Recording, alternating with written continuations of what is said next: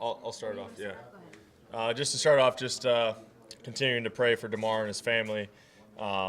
Seeing some positive news, so obviously that's awesome, and looking for more positive news out of that camp. But I believe in the power of prayer, and the more prayers we can get up there for him and his family and his teammates and everyone around the league that's struggling with what happened. Obviously, it's a tragic thing, and it's a brotherhood in this league, and I feel like these are the times where it doesn't matter what team you're on, you just feel for one another and just love on one another and are here for your teammates and others. So again, just praying for him.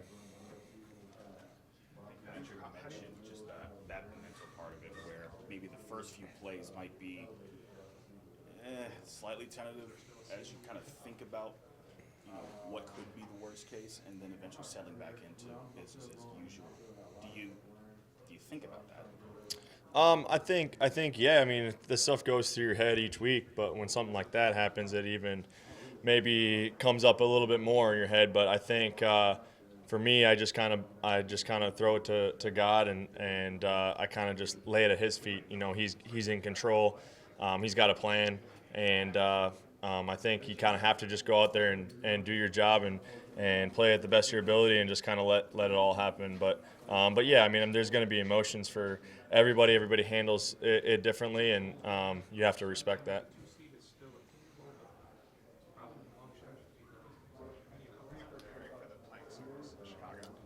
Yeah, it's a good question. I've been thinking about it a little bit. Just seeing a little bit on tape. It looks to be a different surface than what we saw last week.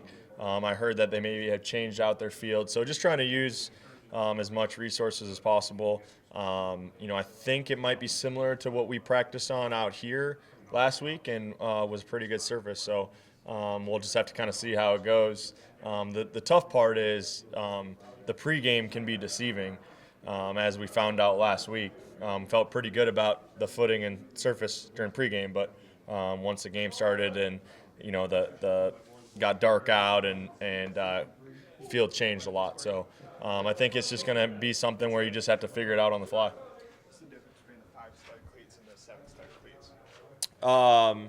Well, just a little bit longer, a little bit maybe bigger as far as the cleat at the bottom of your shoe. So that's really the only difference. I think sometimes it's tough if you do have a good surface. If you're wearing the 7 studs, they tend to grab and almost make you trip a little bit. But for the surface we had last week, it was perfect. And once I put those bad boys on, it felt great. Adam, you mentioned it's a little bit different surface. How much can things change from? I mean, if we kind of think grass surfaces are grass surfaces, but how much can it change from one surface to the next in terms of the type of grass they have there? Oh, it's a ton, yeah. I mean, it can depend on the type of grass. It can depend on the weather that they had that morning or the night before or the week before. There's just so many factors that you just really don't know until you get on the surface. I mean, how low cut it is. Is it getting colder as the day goes on? Is it getting warmer? So there's so many factors that you just have to get out there. You got to feel comfortable, and then you just kind of go for it and just and you figure it out on the fly. Changes up front with the guys on the line. As far as the preparation you guys need to do is keeping everything tight, coverages, routes, everything like that. How is that work coming along? Yeah, it's going great. The good thing is we have a lot of guys in this team that maybe haven't got a lot of snaps throughout the season, but have been working their tail off, and they haven't gotten frustrated and shut down and say, oh, well, I'm not going to play this year. So, you just don't have that in this locker room. You have a lot of guys that you can tell that even though they haven't played in the game this whole year, that they've been getting better. And you see that the day one of the walkthrough and then kind of getting out there today, you'll see it more. But we have a lot of faith and trust in those guys that are going to be filling in, and we're going to need them moving forward. They're going to be a big part of how far this team goes this year, and so we're excited about that opportunity for them. And as far as preparation goes individually, you just control what you can control. I think that's a message that's been kind of clearly talked about in this locker room. Is hey, everyone just has to go back, find a way to do their job a little bit better. Be very detailed in their preparation, very detailed throughout the game, and then just let it play out. Adam, and you prepare to play the whole game, right? Regardless of if they're going to work in some other people to get snaps, like the defense has been the past couple of weeks.